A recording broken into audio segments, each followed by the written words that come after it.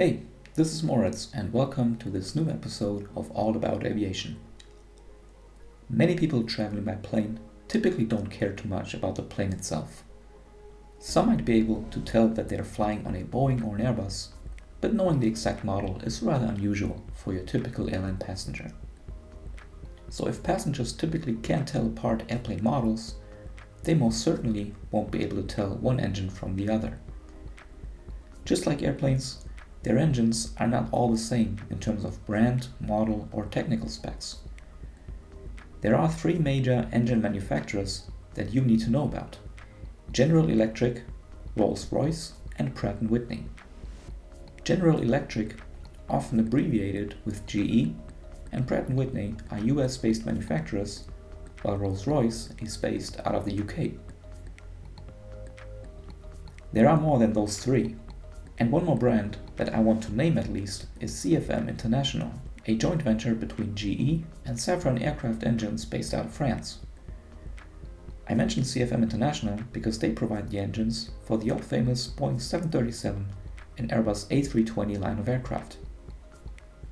But now back to the three large players in the market: GE, Pratt & Whitney, and Rolls-Royce. These three manufacturers have been competing for supply contracts to both Boeing and Airbus for decades, and that has produced some very interesting constellations with regards to who is supplying which aircraft model. While Airline A might choose one manufacturer's engines for a specific aircraft model, Airline B might choose a different manufacturer for the same exact aircraft model. Let me give you an example. Take the Boeing 767, a wide-body aircraft that for years and years had dominated the field of transatlantic flights. Two of the Boeing 767 variants could be equipped with engines from all three major manufacturers.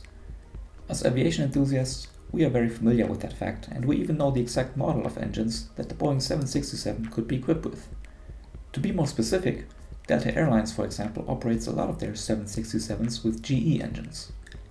United Airlines operates some of their 767s with Pratt & Whitney engines. Isn't that intriguing? One airplane model and three engine choices? I bet you didn't know that.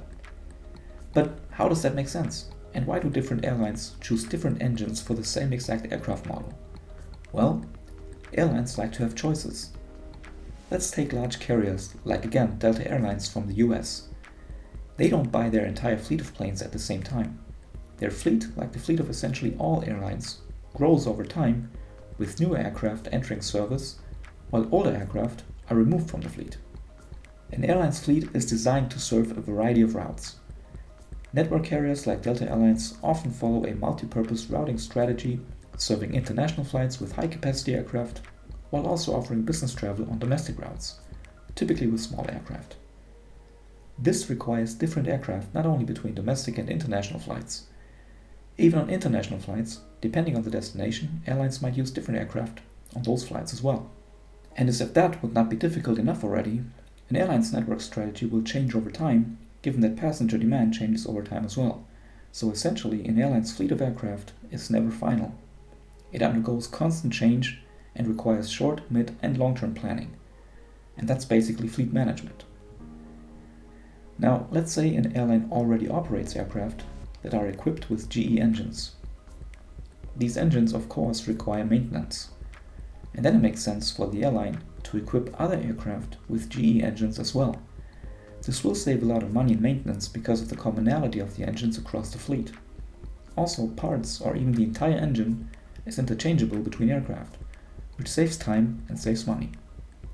Of course, you cannot put any engine on any other aircraft, but there are many possibilities for airlines to harmonize their fleet of aircraft and engines, and that will save them a lot of money.